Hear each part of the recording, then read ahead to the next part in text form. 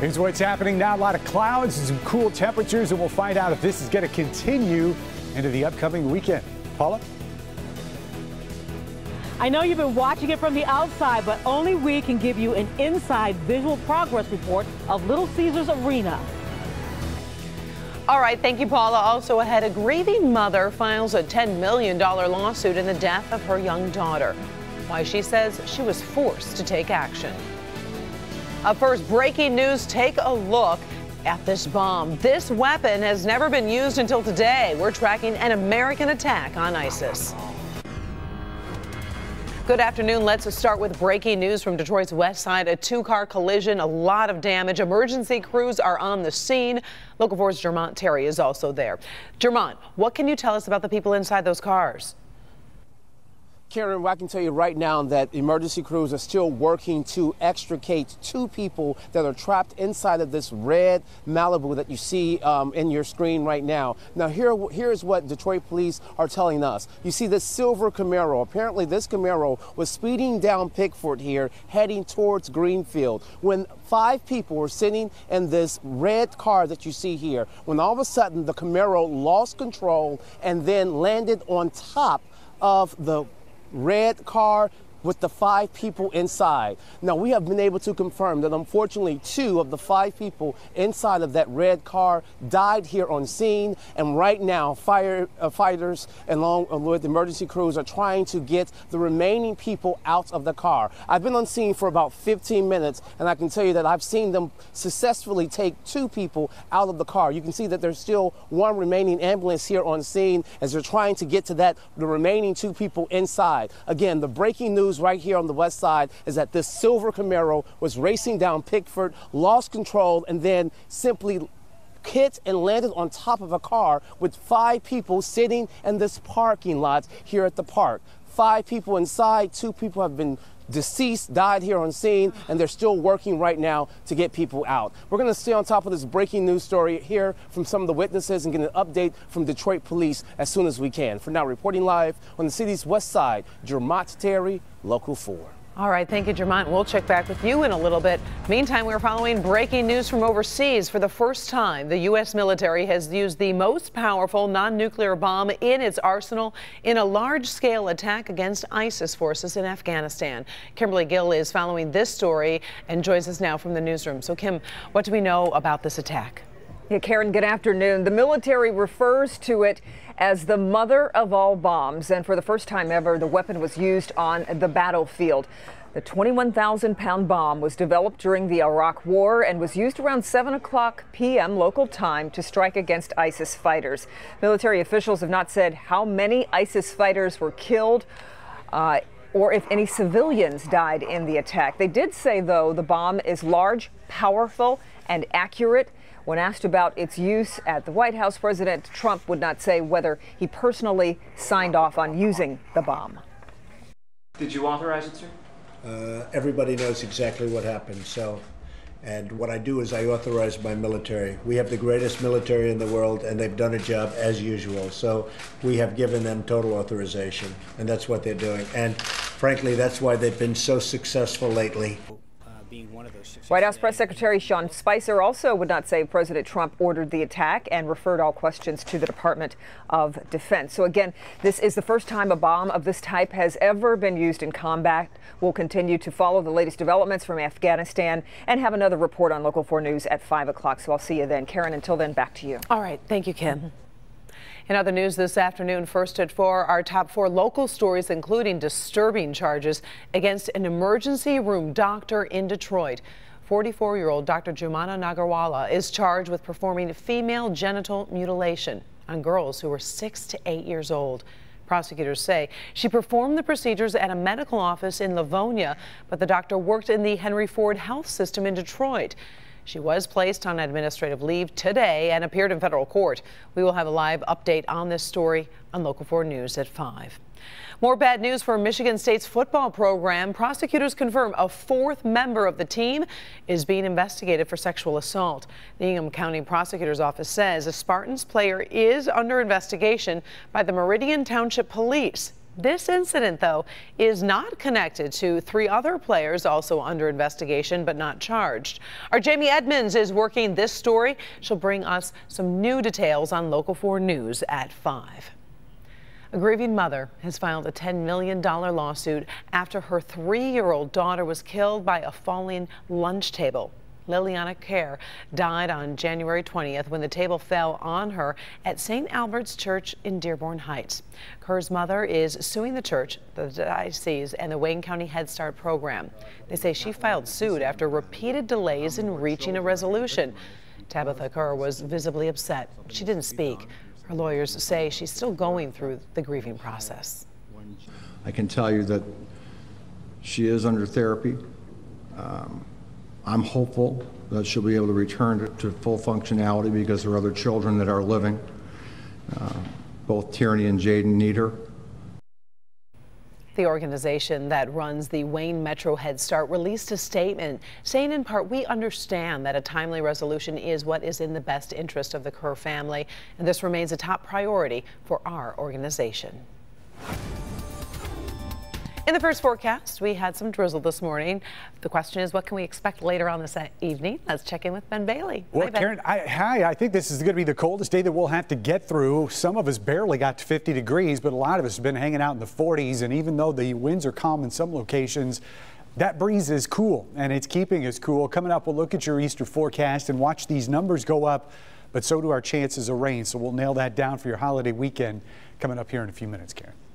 All right, thank you, Ben. Today we are finding out the doctor who was forcibly removed from that United Airlines flight lost 2 front teeth, also suffered a broken nose.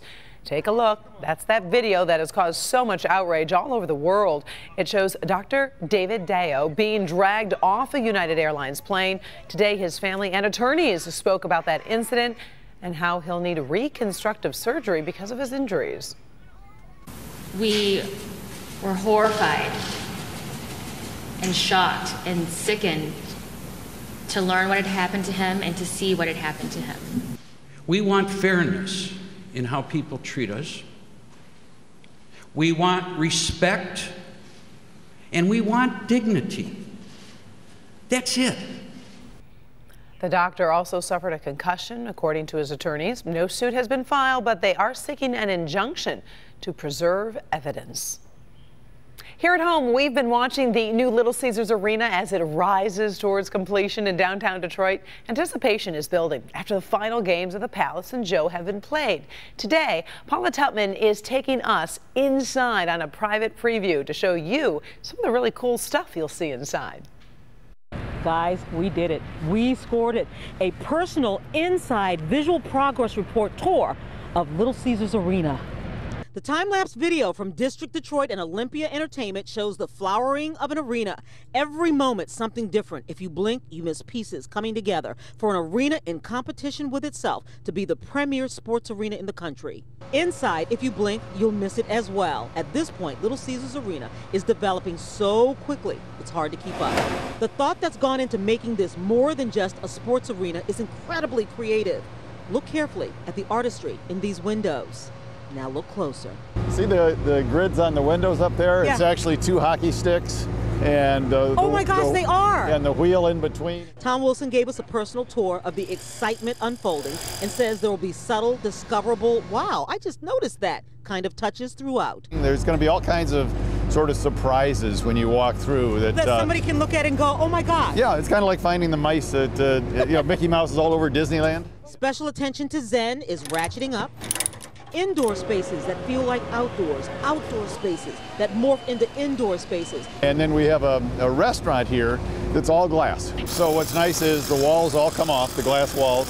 The ceiling all collapses back. All that structure you see closes in the wintertime and opens in the summer. You know, the area we're heading into now is the plaza. Well, we may put a skating rink out here in the middle of it in the wintertime so people can come down for public skate. And right behind us now actually is the video board that's starting to go in now. So in that entire framework, that's an enormous video board. Underneath that will be a stage. We were really excited to bring in artists who maybe aren't going to fill our 20,000 person capacity arena, but they'd be perfect for 3,000-4,000 person concert. Then there's the Via, the concourse. You'll notice it's connected by this sort of roof that's translucent, so you'll be able to look up. All you're going to be seeing is a blue sky or the snow falling or something like that. Over there, apartments are already being roughed out. And above this building, going to be another 4 stories of apartments. So people will actually be living right here, sort of on our property. So it becomes a very, very exciting space. You know, I think exciting is almost an understatement, Karen. I mean, can you imagine living in an apartment in the arena as part of their space, actually being able to look out of your balcony onto the plaza and seeing some of the concerts? Of course, there's also a hotel that's going to go over there, Hotel Eddystone. There's still stuff to be done there. And Karen, how about this? A personal invitation from Tom Wilson to get regular video updates on the progress that you'll be able to see here first as we move up to opening day. This is really impressive. I love the inside and the outdoor space, the way they're blending everything. I haven't seen such detail in those windows. It's really cool, Paula.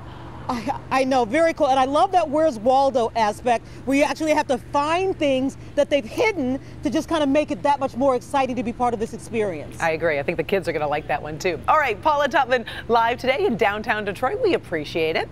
Still ahead here at First at 4. Can a giant cell phone company bounce back from a recall disaster? We have an update in trending stories. Also, the sitcom Friends, like you've never seen it before. If you love the show, oh, you've got to hear this story. Doc? Well, in good health, if you don't have a lot of time to exercise, new research shows there is one specific activity that can help you live a longer life. Plus, it's an Easter tradition that seems cute and adorable, but it can also be hazardous to your child's health. Those stories, they're next. All right, thank you, Doc. Also, we are following breaking news on Detroit's west side, where at least 2 people are dead after a high-speed crash. Right now, crews are working to free 2 people trapped in one of those cars, that red vehicle you see on the screen. The crash happened after a speeding Camaro lost control, landed on top of that red Malibu. This is near Pickford and Whitcomb. 5 people were inside the Malibu. 2 of those 5 have been killed. We'll have updates both on air and on clickondetroit.com. We'll be right back. Actor Alex.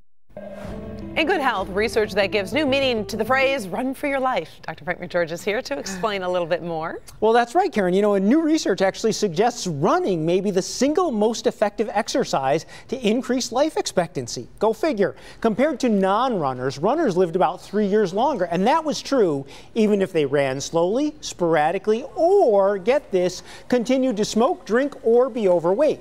Now, statistically speaking, every hour of running adds about 7 hours to your life, which makes it time pretty well spent. Now, that said, previous research found running as little as 5 minutes a day was associated with living longer. So good bang for the buck, I suppose. Definitely. If you're going to pick one, you might as well go for might as well do it. Keep those knees protected too.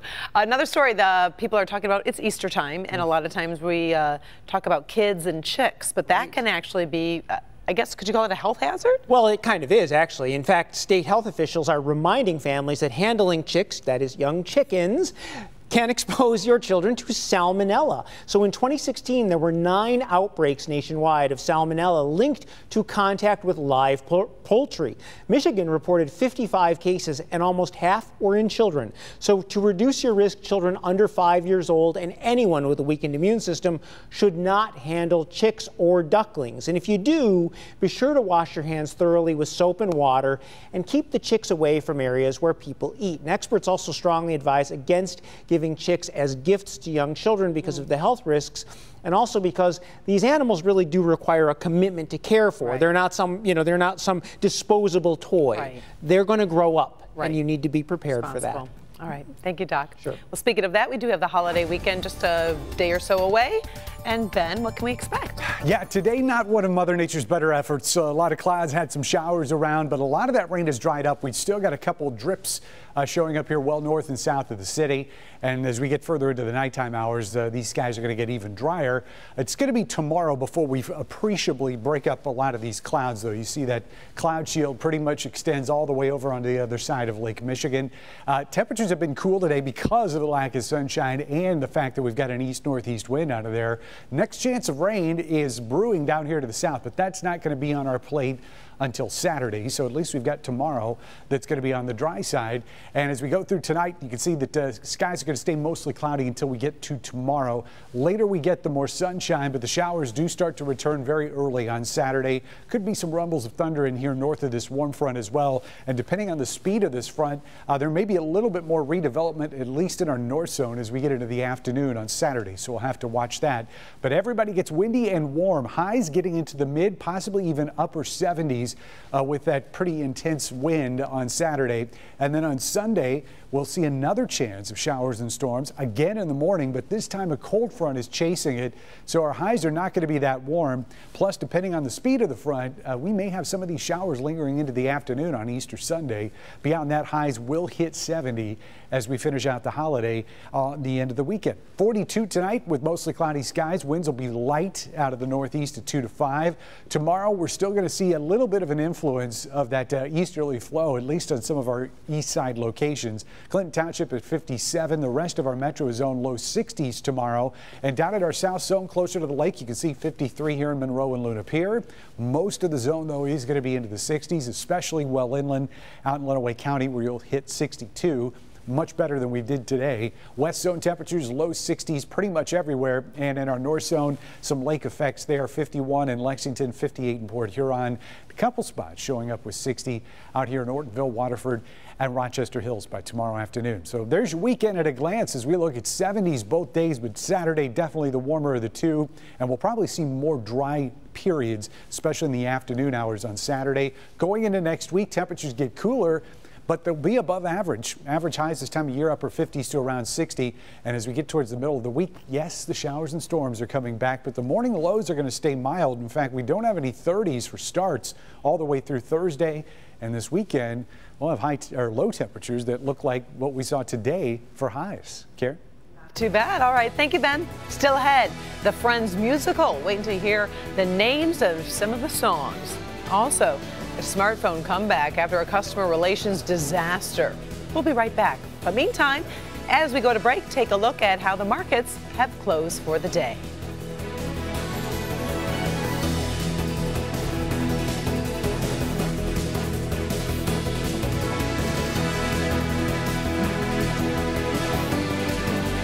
Our client was... In today's trending stories, can Samsung bounce back from a burning battery disaster? Right now, the answer would appear to be yes. The company says pre-orders for the Galaxy 8 are strong in the United States and South Korea. In fact, they've surpassed orders for the Galaxy 7. That phone was recalled and discontinued after a series of battery fires. The new Galaxy 8 goes on sale in the U.S. next Friday. Well, lots of folks are talking about this story. A musical version of the 90s sitcom Friends will open this fall off Broadway. It comes 13 years after that hit show wrapped up. And the song list is pretty interesting, might ring some bells for you, like How You Doing Ladies? I'm assuming that would be Joey singing that. Also, The Only Coffee Shop in New York City, We Were on a Break. You probably remember that one, and The Ballad of Fat Monica. Tickets for the Friends musical go on sale in June. 13 years, it seems like it's been longer than that. It kind of does. I don't know. I mean, but I don't know. I mean, I watch the reruns a lot. Would you go see it? I would totally. Don't you love I don't know. I like the storyline. No? I'm thinking. You're thinking? I'll get back to you. Mm-hmm. All right. All right. Well, take a look at what we're working on for tonight's 11. Growing your family is supposed to be joyful, but the struggle to conceive a child is heartbreaking for many couples. It was unreal. I couldn't even believe it. Giorgio and Kristen spent years trying to get pregnant and nearly gave up. I got stuck in that part of, that blame. Like it was all my fault. I did it. I did something to cause it. But now they found a way to bring hope to couples just like them. Their difficult journey tonight at 11. My kids never. We have another update on breaking news from Detroit's west side, where 2 people are dead after a high-speed crash. It happened after a speeding Camaro lost control and landed on top of a burgundy Malibu. This is near Pickford and Whitcomb. 4 people were inside the Malibu. 2 of those 4 have been killed. We have learned the 2 other passengers inside have been freed and taken to the hospital, along with the driver of that Camaro. We are at the scene right now and gathering new information. We'll have another update ahead on Local 4 News at 5. Meantime, thank you for joining us for First at 4. We are back in a half hour for Local 4 News at 5. Inside Edition is next.